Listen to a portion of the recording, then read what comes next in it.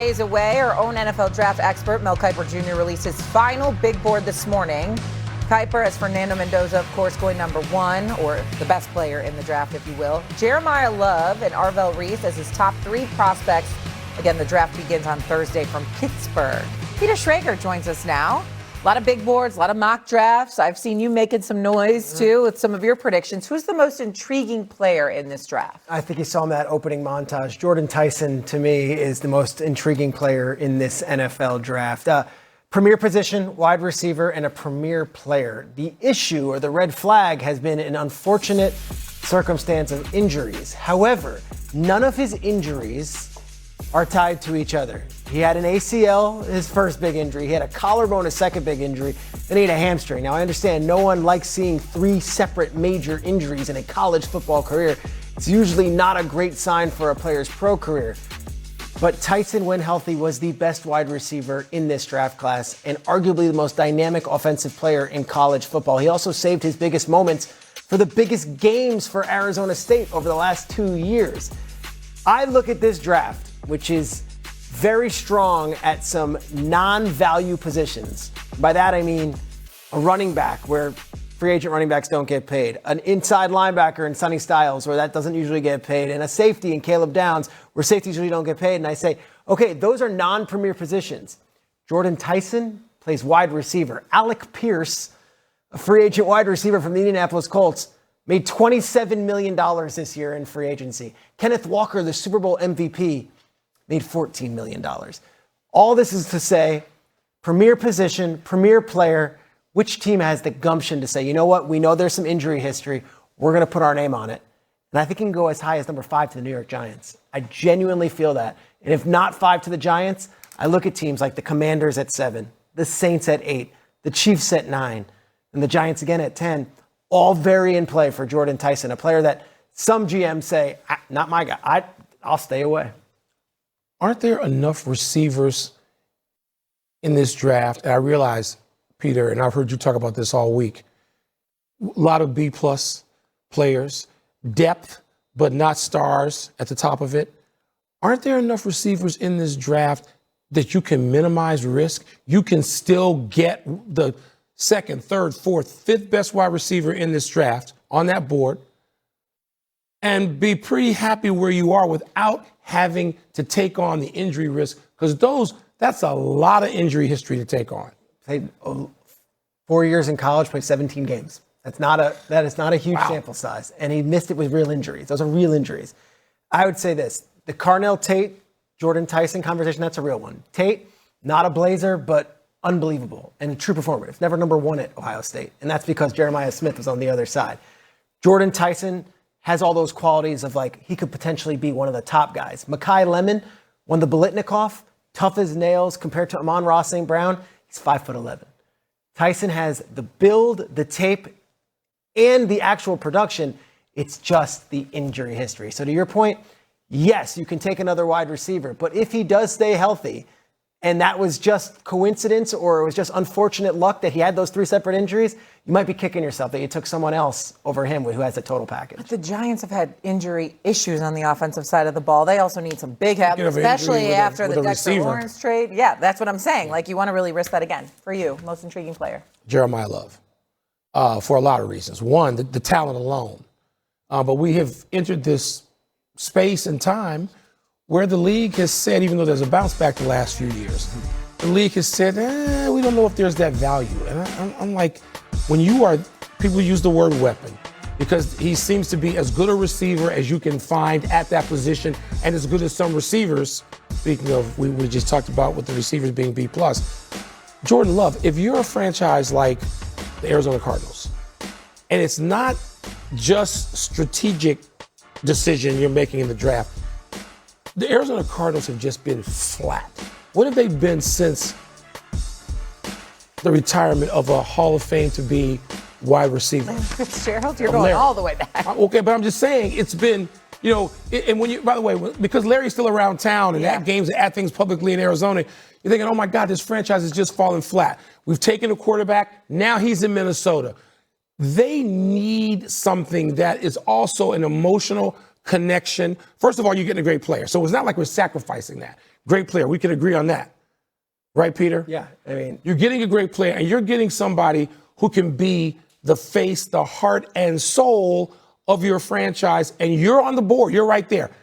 I understand trading down. I get it. I'm not so sure I can disagree completely with the notion of where running backs are in terms of value, particularly in the economic structure of 2026. But if you're the Cardinals and he comes back to be wherever he lands as this great player who for 5 or 6 seasons is near the top or at the top rushing, he's a guy who catches 60 passes a year. He's your bell cow. he's that guy. Then I don't know that you should be passing on him if you're the Cardinals. And I would imagine from a tickets, jerseys, Ooh. buzz Yes. in the desert, I would imagine Jeremiah Love makes a lot of sense. Yep. He's definitely someone that's been climbing up draft boards and has been making a lot of noise. Cardinals. So we know Jeremiah Love, running back Notre Dame, is widely considered to be the best player in this draft, and we didn't know if he was actually in play for Arizona at 3.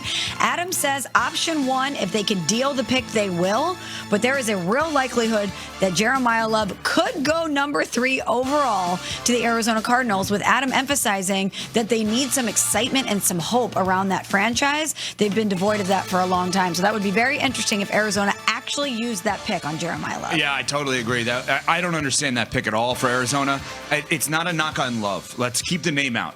It's running back 3, bad team. It's Don't get position, that. not person or player.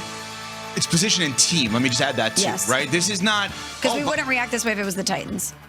I would. You wouldn't. I wouldn't. Right. I'm saying, like, if it was a trade from 5 years ago that Seattle and Arizona happened to make for the 2026 first-round pick. 5 years ago they made this trade, and now it hits. Well, I guess you can't do that. 3 years ago they make this trade, and now it hits.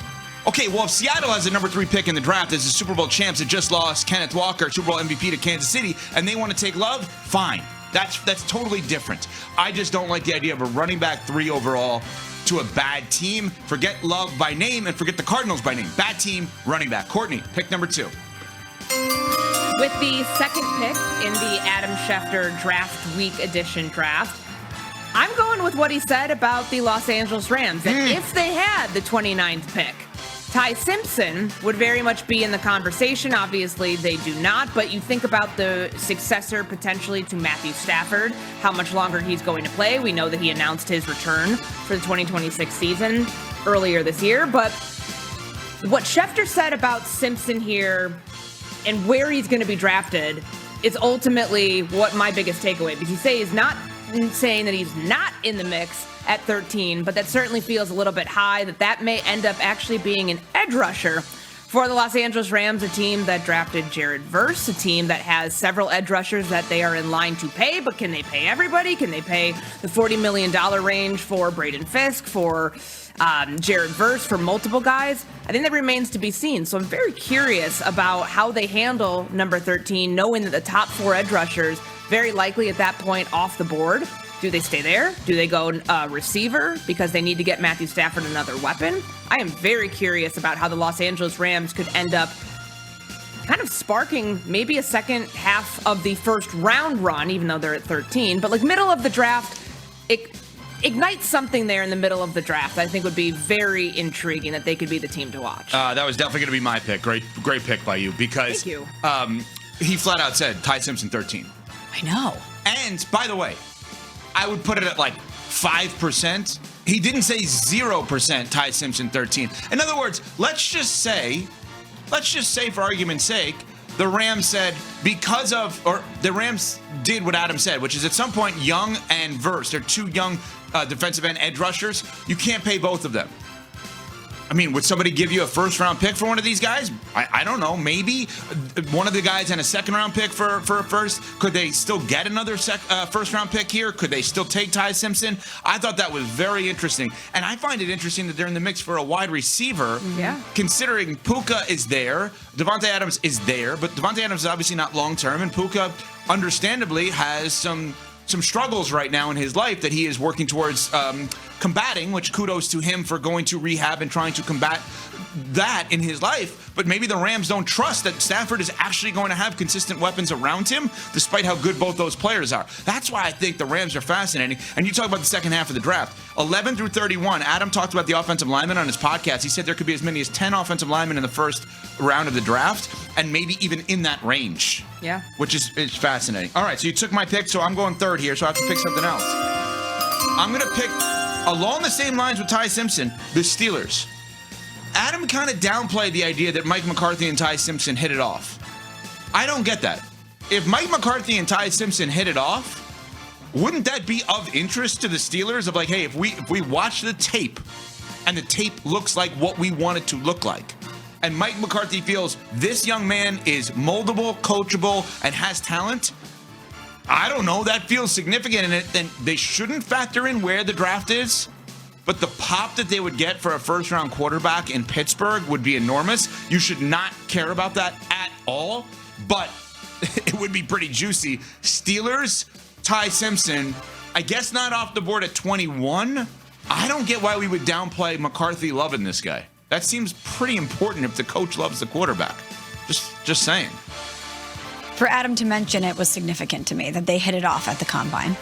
And we know that Aaron Rodgers is not there. And or not signed. Maybe he's there. I don't know. I don't know where the heck that guy he's is. Not definitively their quarterback for next season. Right.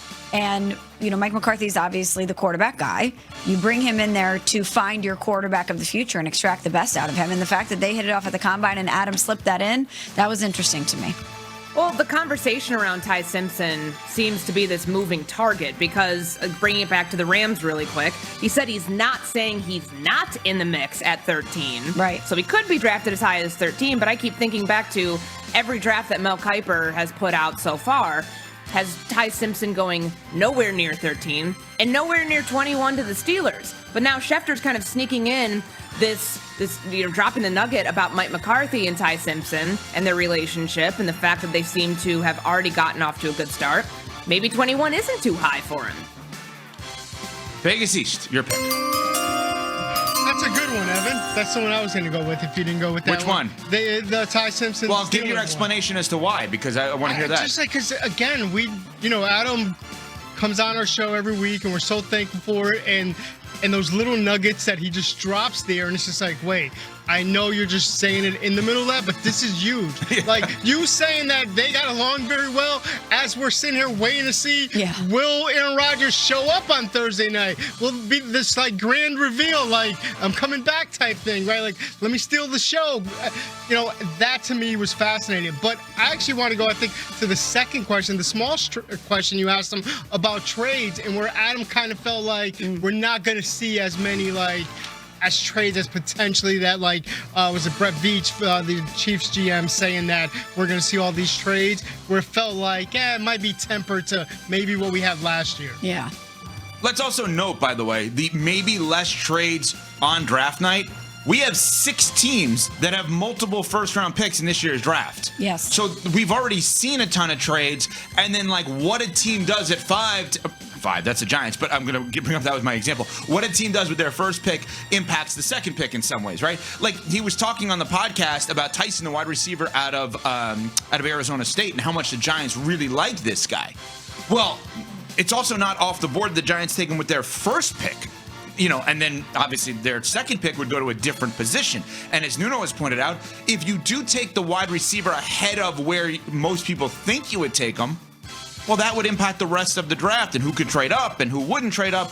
And I still think there's something interesting here about Sonny Styles. I keep coming back to the linebacker who is, and I mean this as a compliment, abnormally sized for the position he plays. He's 6'5" for an inside backer, a do-everything backer, not an edge rusher. That doesn't mean he can't rush, but I think he's the guy that if you told me a team traded up to get, that were like, whoa, I didn't see that one coming, that's the guy I think.